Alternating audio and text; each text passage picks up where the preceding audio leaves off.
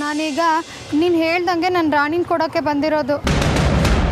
ನನಗೆ ದುಡ್ಡು ಬೇಕಿತ್ತು.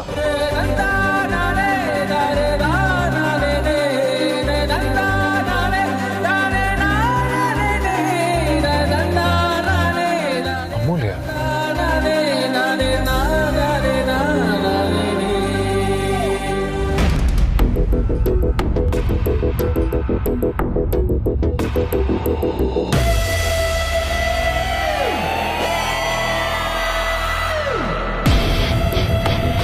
ಈ ಲಟ್ಕಾಸಿ ಗಾಡಿನ ಅಲ್ಲ ರಾಣಿನ ಜೀವ ಅಂತಿದ್ದಲ್ಲಕ್ಕ, ಅದನ್ನೇ ಮಾಡ್ತಿದ್ಯಾ?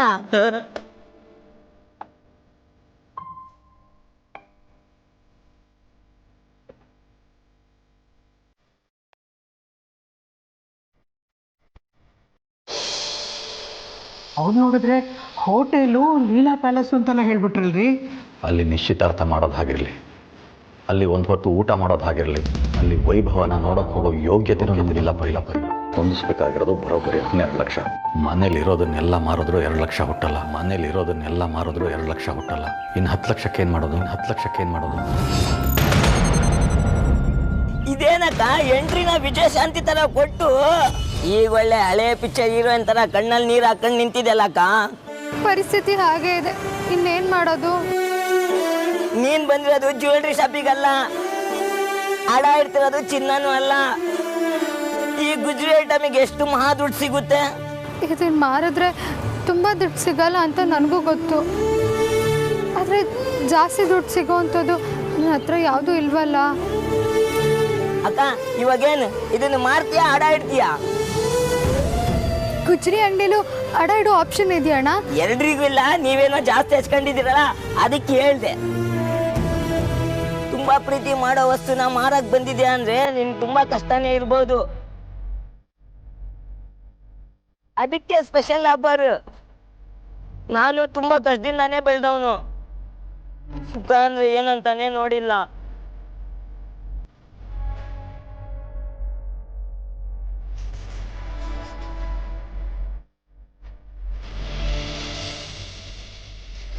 ದಯವಿಟ್ಟು ನನ್ನ ಕ್ಷಮಿಸ್ಬಿಡೆ ರಾಣಿ. ನಾನು ಬೈದ್ರೆ ಸ್ಟ್ರೈಕ್ ಮಾಡ್ತಿದ್ದೆ, ಮತ್ತೆ ದಾರಿಯಲ್ಲಿ ಕೈ ಕೊಡ್ತಿದ್ದೆ. ರಿಕ್ವೆಸ್ಟ್ ಮಾಡ್ಕೊಂಡ್ರೆ ಮತ್ತೆ ಸ್ಟಾರ್ಟ್ ಆಗ್ತಿದ್ದೆ. ನನಗೆ ಆಗದೆ ಇರೋರು ಕೂತ್ರೆ ಚಪ್ಪಯ್ಯ ಅಂದ್ರೂ ಮುಂದೆ ಹೋಗ್ತಿರ್ಲಿಲ್ಲ.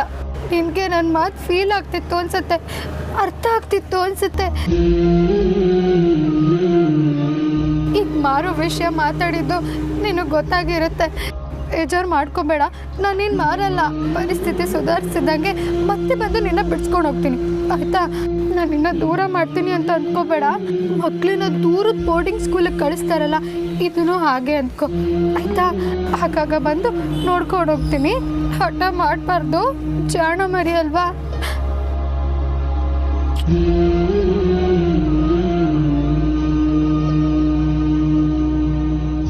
ಅಲ್ಲಿಗೆ ತಾವಿದನ್ನ ಹಡ ಇಡ್ತೀರಾ ಅನ್ನಿ? ಹೌದು, ನಾನು ನನ್ನ ರಾಣಿನ ಮಾರಲ್ಲ, ಇವಳು ನನ್ನ ಅದೃಷ್ಟ. ಇರ್ಲಿ ಬಿಡಕ್ಕ, ಇಟ್ಕೊಳ್ಳೋಣ. ಇದನ್ನ ತುಂಬಾ ದಿನ ಇಲ್ಲೇ ಬಿಡಬೇಡಿ. ಇದನ್ನ ಈಗಲೇ ಯಾರು ತಗೊಳಲ್ಲ, ಆಮೇಲೆ ಗುಜ್ರಿಗೂ ಲಾಯಕ್ಕಿಲ್ದಂಗೆ ಆಗ್ಬಿಡುತ್ತೆ. ಹಾಗೆಲ್ಲ ಹೇಳ್ಬೇಡ ನೀನು, ಬೇಗ ಬಿಡಿಸ್ಕೊಂಡು ಹೋಗ್ತೀನಿ. ಚೆನ್ನಾಗಿ ನೋಡ್ಕೋ ಇವಳನ್ನ. ಏನೋ ಒಂದು ಮಾಡೋಣ ಬಿಡು. ಸರಿ, ಎಷ್ಟು ದುಡ್ಡು ಸಿಗುತ್ತೆ? ನೀನ್ ಕಷ್ಟ ಇದೆ ಅಂದಿದ್ದಕ್ಕೆ ಇದನ್ನ ಹಡ ಇಟ್ಕೊಂತಿದ್ದೀನಿ. 5,000 ಕೊಡ್ತೀನಿ ನೋಡು. 12 ಲಕ್ಷ ಎಲ್ಲಿ, 5,000 ಎಲ್ಲಿ? ಬಜರಂಗಿ, ಅಯ್ಯೋ ಯಾಕಕ್ಕ, ಏನಾಯ್ತು? ಜಾಸ್ತಿ ಕೊಡು ಅಂತ ಕೇಳ್ಬೇಡ, ಇದೇ ಹೆಚ್ಚು. ಹಣ ಇಟ್ಟಿದ್ದಕ್ಕೆ ಕೇಳಲ್ಲ, ಆದರೆ ಮಾರಿದ್ರೆ ಜಾಸ್ತಿ ಸಿಗುತ್ತಲ್ವಾ? ಯಾಕಕ್ಕ? ಮಾರಿದ್ರೆ ಎಷ್ಟು ಸಿಗುತ್ತೆ ಅಂತ ಹೇಳು. 7,000 ಕೊಡ್ತೀನಿ ನೋಡು. ಇದಕ್ಕಿಂತ ಜಾಸ್ತಿ ಕೊಟ್ರೆ ನಮಗ್ ಗಿಟ್ಟಲ್ಲ.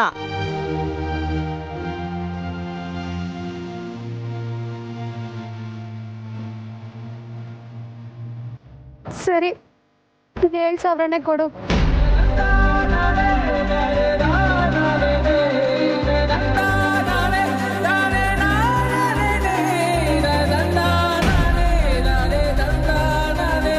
ತಗೋ ದುಡ್ಡು.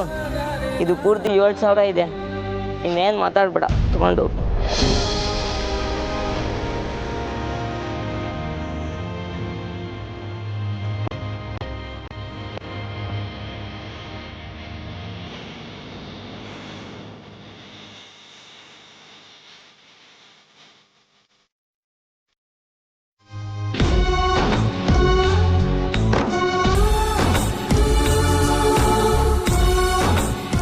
ಕ್ಷಮಿಸ್ಬಿಡು ರಾಣಿ. ಮಾರಲ್ಲ ಅಂತ ಸುಳ್ಳು ಹೇಳಿ ಕೊನೆಗೆ ಮಾರೇ ಬಿಟ್ಟೆ. ಇಷ್ಟು ದಿನ ನನ್ನ ಎಲ್ಲ ಮಾತು ನಿನಗೆ ಅರ್ಥ ಆಗಿದೆ, ಇದೊಂದು ಅರ್ಥ ಆಗದೆ ಇರಲಿ. ಈ ಸಲ ನಿನ್ನ ತಿರುಗಿ ನೋಡೋದಕ್ಕೂ ಹಿಂಸೆ ಆಗ್ತಿದೆ. ಐ ಆಮ್ ಸಾರಿ ರಾಣಿ.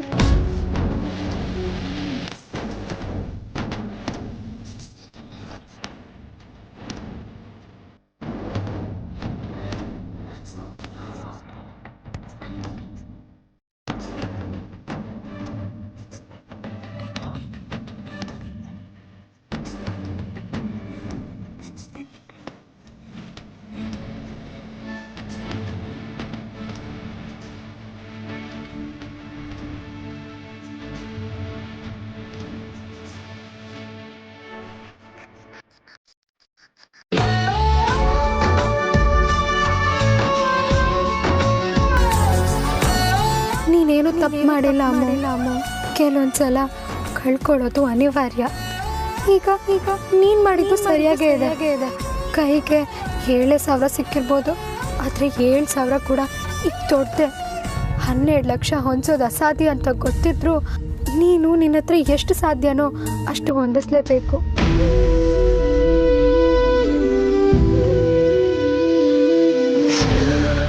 ಅಕ್ಕ ಅಕ್ಕ ಅಕ್ಕ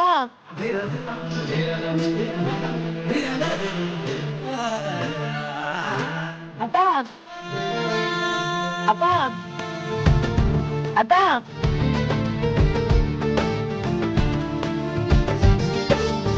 ಅಕ್ಕ ಅಕ್ಕ ಅಕ್ಕ ಅಕ್ಕ ಅಕ್ಕ ಅಕ್ಕ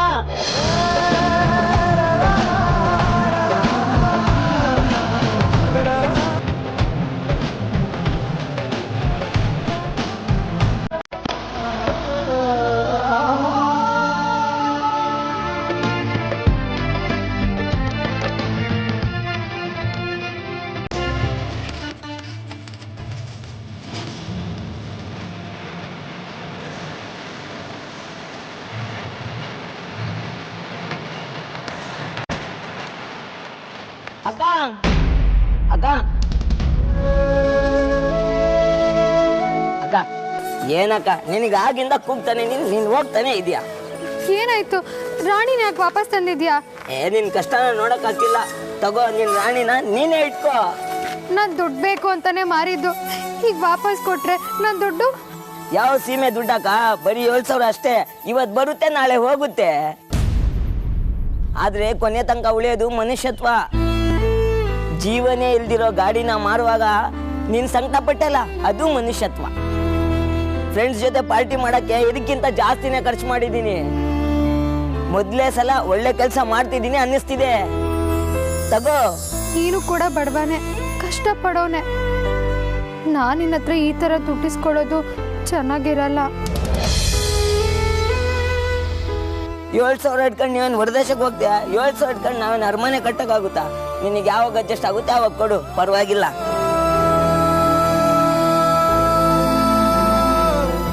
ತುಂಬಾ ಥ್ಯಾಂಕ್ಸ್. ನಾನು ಖಂಡಿತ ದುಡ್ಡು ವಾಪಸ್ ಕೊಡ್ತೀನಿ. ಅರ್ಜೆಂಟ್ ಏನಿಲ್ಲ. ಇವತ್ತಿನ ರಾಶಿ ಭವಿಷ್ಯದಲ್ಲಿ ಪುಣ್ಯ ಕಾರ್ಯ ಸಿದ್ಧಿ ಅಂತಾನೂ ಇತ್ತು. ಒಳ್ಳೇದಾಗಿ ಹೋಗಿ ಬರ್ತೀನಿ.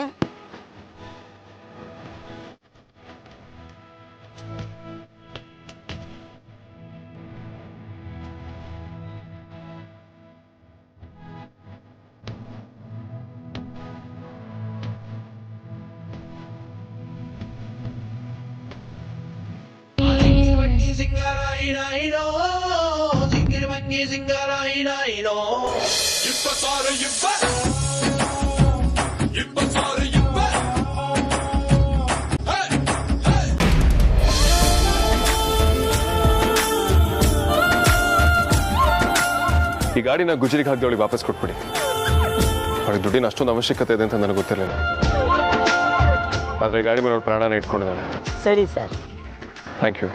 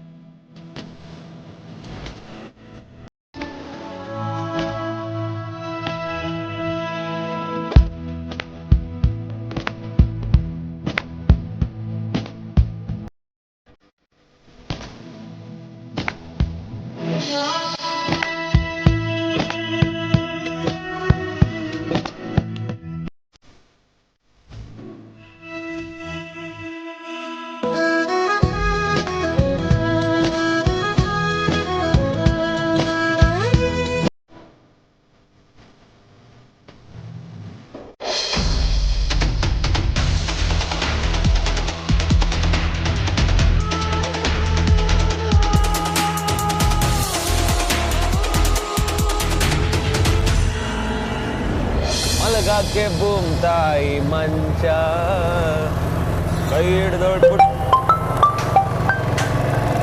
ನಾವು ತೀರಾ ಎಮರ್ಜೆನ್ಸಿಲಿ ಇರ್ಬೇಕಾದ್ರೆ ನಮಗೆ ಕಾಲ್ ಬರೋದು. ಅಲ್ಲ, ಬೈಕ್ ಓಡಿಸೋವಾಗ ಟಾಯ್ಲೆಟಲ್ಲಿ ಕೂತಿರುವಾಗ ಇಂಥ ಆ ಟೈಮಲ್ಲೇ ಜನ ನಮ್ಮ ಯಾಕೆ ಜ್ಞಾಪಿಸ್ಕೊಳ್ತಾರೆ ಅಂತ ಮೊಬೈಲ್ ಬಂದಿದ್ದ ದಿನದಿಂದ ಹಿಡಿದು ಇವತ್ತುವರೆಗೂ ನಂಗೆ ಅರ್ಥ ಆಗಿಲ್ಲ. ಥಕ್.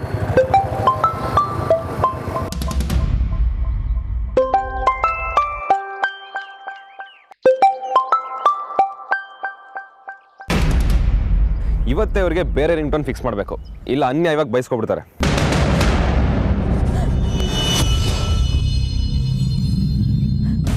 ರೀ ಆರ್ತಿ ಅವರೇ, ಏನು ಕೇಳ್ತಾ ಇಲ್ಲ, ನೆಟ್ವರ್ಕ್ ಇಲ್ವಾ? ಬರೀ ಸೊರ ಸೊರ ಅಂತ ಸೌಂಡ್ ಮಾತ್ರ ಕೇಳಿಸ್ತಿದೆ. ವಿಕ್ಕಿ ಅವರೇ, ರೀ ಅಳ್ತಾ ಇದೀರೇನ್ರಿ? ಏನಾಯ್ತು ರೀ? ನನಗೆ ಹೇಗೆ ಹೇಳ್ಬೇಕು ಗೊತ್ತಾಗ್ತಿಲ್ಲ. ಡೌಟಲ್ಲೆಲ್ಲ ಕಾಲ್ ಮಾಡಬೇಡ್ರಿ, ಅಪಾರ್ಥ ಆಗ್ಬಿಡುತ್ತೆ. ಲೈಫಲ್ಲಿ ಕ್ಲಿಯರ್ ಆಗಿರ್ಬೇಕು, ಅದೇನೇ ಇದ್ರು ಡೈರೆಕ್ಟ್ ಆಗಿ ಹೇಳ್ರಿ.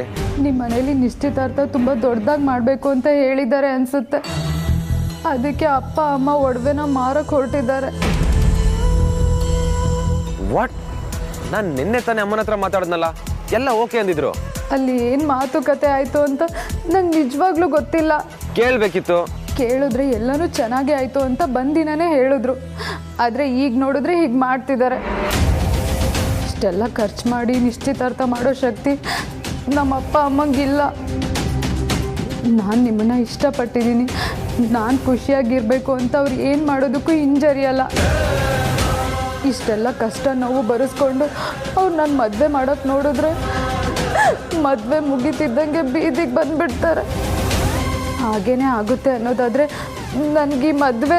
ದಯವಿಟ್ಟು ಮುಂದೆ ಏನೋ ಹೇಳಬೇಡಿ, ನೀವೇನು ಟೆನ್ಷನ್ ಮಾಡ್ಕೊಳ್ಬೇಡಿ. ಇಲ್ಲೇನೋ ಮಿಸ್ಟೇಕ್ ಆಗಿರೋದಂತೂ ನಿಜ.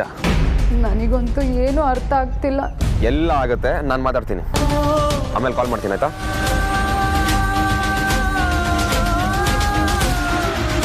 What the hell, man?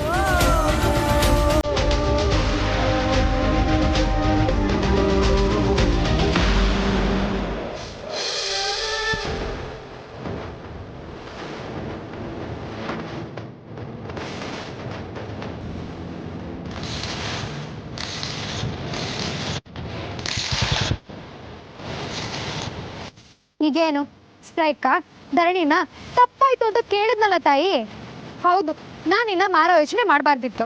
ನಾನು ಕೆಟ್ಟಮ್ಮ, ನೀನು ಮುದ್ದು ಪಾಪ. ಸಮಾಧಾನ?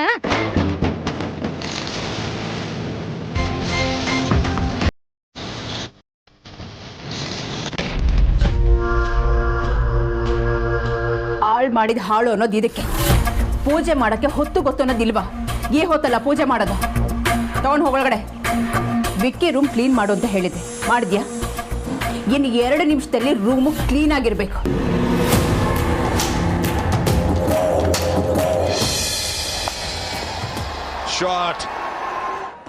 ಅಯ್ಯೋ ಲೇ, ಲೆಫ್ಟ್ ಸೈಡ್ ಫೀಲ್ಡ್ ಅಲ್ಲಿ ಇಟ್ಕೊಂಡು ರೈಟ್ ಸೈಡ್ ಬಾಲ್ ಮಾಡ್ತಿದ್ಯಾ? ಯಾರು ಹೇಳ್ಕೊಂಡಿದ್ದು? ಇವನಿಗೆ ತಾನೇನು ಮಾಡ್ಬೇಕಂತಾನೆ ಗೊತ್ತಿಲ್ಲ, ಇನ್ನೊಬ್ರಿಗೆ ಹೇಳ್ತಾನೆ.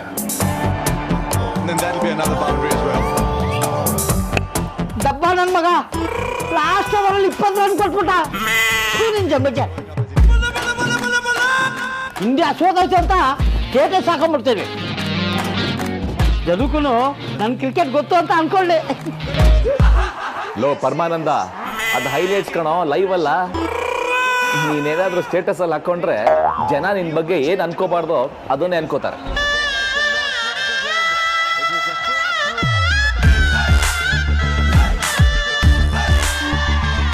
ಹೈಲೈಟ್ಸಾ? ಮಾನ ಬಂದಿದ್ದು ಹೋಗ್ಬಿಡ್ತಲ್ಲ, ಏನು ಮಾಡೋದು? ಇಷ್ಟೊಂದು ಕೋಪ ಆರೋಗ್ಯಕ್ಕೆ ಒಳ್ಳೇದಲ್ಲ. ಗಂಡ್ ಮಕ್ಳಿಗೆ ಚಟ ಇರಬಾರ್ದು, ಹೆಣ್ಮಕ್ಳಿಗೆ ಹಠ ಇರಬಾರ್ದು ಅಂತಾರೆ. ನೀನ್ ರಾಣಿ ಅಂದ್ಮೇಲೆ ಹೆಣ್ಣೆ ತಾನೆ. ಹಠ ಒಳ್ಳೇದಲ್ಲ ಕಣೆ. ಈಗೇನು ನಿನ್ ಕಾಲಿಗೆ ಬೀಳ್ಬೇಕಾ? ಯಾವ್ದು ಕಾಲು ಅಂತನಾದ್ರೂ ತೋರಿಸ್ಬಿಡು, ಅದು ಒಂದ್ ಆಗೋಗ್ಲಿ. ತೀರಾ ರೋಡ್ ಮಧ್ಯದಲ್ಲಿ ಮಾನ ಮರ್ಯಾದೆ ಕಳಿಬೇಡ ಕಣೆ. ಜಾಣ ಮರಿ ಅಲ್ವಾ?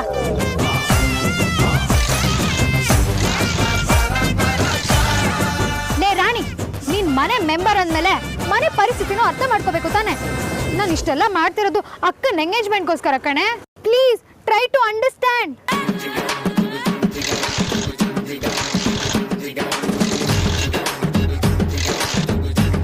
ಕರ್ಮ, ನಿನಗೆ ಇಂಗ್ಲಿಷು ಬರಲ್ಲ. ಮುದ್ದು ಚಿನ್ನಿ ಕಂದ ಪಾಪು ಜಾಣ ಮರಿ ಸ್ಟಾರ್ಟ್ ಆಗೆ.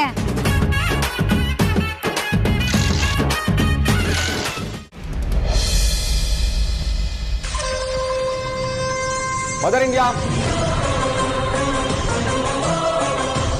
ಮದರ್ ಇಂಡಿಯಾ, ನಾನು ಕೇಳಿದ್ ನಿಜಾನಾ? ಯಾಕೆ ಹೀಗೆ ಬೆಳಗ್ಗೆನೆ ಕೂಗಾಡ್ತಿದ್ಯಾ? ಪ್ಲೀಸ್ ನಾನು ಕೇಳಿದಕ್ಕೆ ಮಾತ್ರ ಉತ್ತರ ಕೊಡಿ. ನೀನೇನು ಕೇಳಿದೆ ಅಂತ ನನಗೇನು ಗೊತ್ತು? ಆರ್ತಿ ಮನೆಯವ್ರಿಗೆ ನಮ್ಮ ಎಂಗೇಜ್ಮೆಂಟ್ನ ತುಂಬಾ ಗ್ರ್ಯಾಂಡ್ ಆಗಿ ಮಾಡ್ಕೊಡಿ ಅಂತ ಹೇಳಿದ್ರಂತೆ, ಹೌದಾ? ಅಲ್ಲ ಮದರ್ ಇಂಡಿಯಾ, ಅವ್ರ ಪರಿಸ್ಥಿತಿ ಏನು ಅಂತ ನಿಮಗೆ ಚೆನ್ನಾಗಿ ಗೊತ್ತಲ್ವಾ? ಗ್ರ್ಯಾಂಡ್ ಆಗಿ ಅವರೊಬ್ಬರೇ ಮಾಡ್ತಿಲ್ಲ ವಿಕ್ಕಿ, ಅರ್ಧ ಖರ್ಚು ನಾವು ಹಾಕ್ತಿದ್ದೀವಿ. ಯಾವ ಬೀಗರು ತಾನೇ ಖರ್ಚು ಹಾಕೊಂಡು ಮಾಡ್ತಾರೆ ಹೇಳು? ಅಮ್ಮ ಪ್ಲೀಸ್, ನನಗೆಲ್ಲನೂ ಗೊತ್ತಾಗಿದೆ. ಆ್ಯಕ್ಚುಲಿ ನೀವು ಎಂಗೇಜ್ಮೆಂಟ್ಗೆ ಅಂತ ಖರ್ಚು ಮಾಡಿಸ್ತಿರೋ ಅಮೌಂಟು ಅವ್ರ ಲೆಕ್ಕದಲ್ಲಿ ಮದುವೆಗಿಂತ ಜಾಸ್ತಿ. ಓ, ಆಗಲೇ ಫೋನ್ ಮಾಡಿ ಹೇಳ್ಬಿಟ್ಲಾ? ಛೀ, ಎಂತ ಮಾನ್ಗೆಟ್ ಜನ ಇರಬೇಕು. ಅಮ್ಮ ಏ ಕಿರ್ಚ್ಬೇಡ. ನೀನು ಸುಹಾಸಿನಿ ಹತ್ರ ಮಾತಾಡ್ತಿದ್ಯಾ ಅನ್ನೋದು ನೆನಪಲ್ಲಿರ್ಲಿ. ಅಲ್ಲ, ಎಷ್ಟೆಲ್ಲ ಅಡ್ಜಸ್ಟ್ ಮಾಡ್ಕೊಂಡು ಹೋಗ್ತಿದ್ರಿ, ಅಷ್ಟು ಸಾಲದಂತ ಅವ್ರಿಗೆ? ಅಮ್ಮ ಇದರಲ್ಲಿ ಸುಮ್ಮನೆ ಮಾತು ಬೇಡಮ್ಮ. ಅವ್ರನ್ನ ಗೋಳಿಕೊಳ್ಳೋಕ್ಕೆ ನಾನು ರೆಡಿ ಇಲ್ಲ. ಈಗಲೇ ಕಾಲ್ ಮಾಡಿ ಅಷ್ಟೆಲ್ಲ ಖರ್ಚು ಮಾಡೋದು ಬೇಡ ಅಂತ ಹೇಳ್ಬಿಡಿ. ಸಾಧ್ಯನೇ ಇಲ್ಲ, ದಟ್ಸ್ ಇಂಪಾಸಿಬಲ್. ಇದು ಬರೀ ವಿಕ್ರಾಂತ್ ಆರ್ತಿ ಎಂಗೇಜ್ಮೆಂಟ್ ಅಷ್ಟೇ ಅಲ್ಲ, ಇದನ್ನ ಮುಂದೆ ನಿಂತು ಮಾಡ್ತಿರೋದು ವೇದಾಂತ್ ವಸಿಷ್ಠ ಅನ್ನೋದನ್ನ ಮರಿಬೇಡ. ನಾವೆಷ್ಟೆಲ್ಲ ಅಡ್ಜಸ್ಟ್ ಮಾಡ್ಕೋಬೋದು, ಆದರೆ ವೇದಾಂತ್ ವಸಿಷ್ಠನ ಡಿಗ್ನಿಟಿಗೆ ಕಪ್ಪು ಚುಕ್ಕೆ ಬರೋದು ನಮಗಿಷ್ಟ ಇಲ್ಲ. ಅಮ್ಮ ನಿಮ್ಗೆ ಯಾಕೆ ನನ್ನ ಮಾತು ಅರ್ಥ ಆಗ್ತಾ ಇಲ್ಲ? ಅರ್ಥ ಮಾಡ್ಕೋಬೇಕಾಗಿರೋದು ನೀನು. ವೇದಾಂತ್ಗಿರೋ ಕಾಂಟ್ಯಾಕ್ಟ್ಸ್ ಏನು, ಅವನ ಫ್ರೆಂಡ್ಸ್ ಬ್ಯಾಕ್ಗ್ರೌಂಡ್ಸ್ ಏನು, ಸೊಸೈಟಿಲಿ ಅವನಿಗಿರೋ ಹೆಸರೇನು, ಆ್ಯಂಡ್ ನೀನು ಅವನ ತಮ್ಮ ಅನ್ನೋದನ್ನು ಮರೆತು ಆರ್ತಿ ಫ್ಯಾಮಿಲಿ ಬಗ್ಗೆ ಮಾತ್ರ ಯೋಚನೆ ಮಾಡ್ತಿದ್ಯಾ.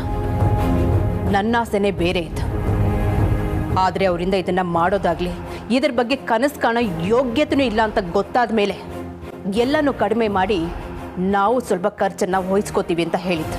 ಖರ್ಚು ನಮ್ಮ ಪಾಲ್ಗೆ ಕಮ್ಮಿ ಆಗಿರ್ಬೋದಮ್ಮ, ಆದರೆ ಅದು ಅವ್ರ ಪಾಲ್ಗೆ ತುಂಬ ಅಂದರೆ ತುಂಬ ದೊಡ್ಡ ಅಮೌಂಟು.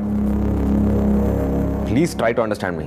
ಅವ್ರ ಹತ್ರ ಇಲ್ಲ ಅಂದರೆ ಬಿಡೋದಕ್ಕೆ ಹೇಳು, ಹಾಗೆ ಎಂಗೇಜ್ಮೆಂಟ್ ಆಸೆನೂ ಬಿಟ್ಬಿಡೋದಕ್ಕೆ ಹೇಳು.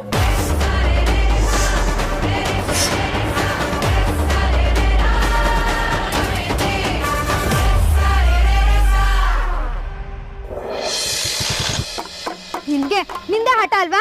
ಅಮ್ಮು ಅಂದ್ರೆ ಏನ್ ತಮಾಷೆನಾ? ನೆಕ್ಸ್ಟ್ ಟೈಮು ಮಾರೋದಲ್ಲ, ಯಾವ್ದಾದ್ರು ಕೆರೆಗೋ ಬಾವಿಗೋ ದುಃಖಿ ಸಾಯಿಸ್ಬಿಡ್ತೀನಿ. ನಿನಗೆ ಮುದ್ದು ಹೆಚ್ಚಾಯ್ತು, ಕೊಬ್ಬು ನಿನ್ಗೆ, ಕೊಲೆಸ್ಟ್ರಾಲ್, ಟೈಮ್ಗೆ ಸರ್ವಿಸ್ ಮಾಡಿಸಿದ್ದು ಜಾಸ್ತಿ ಆಯ್ತು ನಿನ್ಗೆ.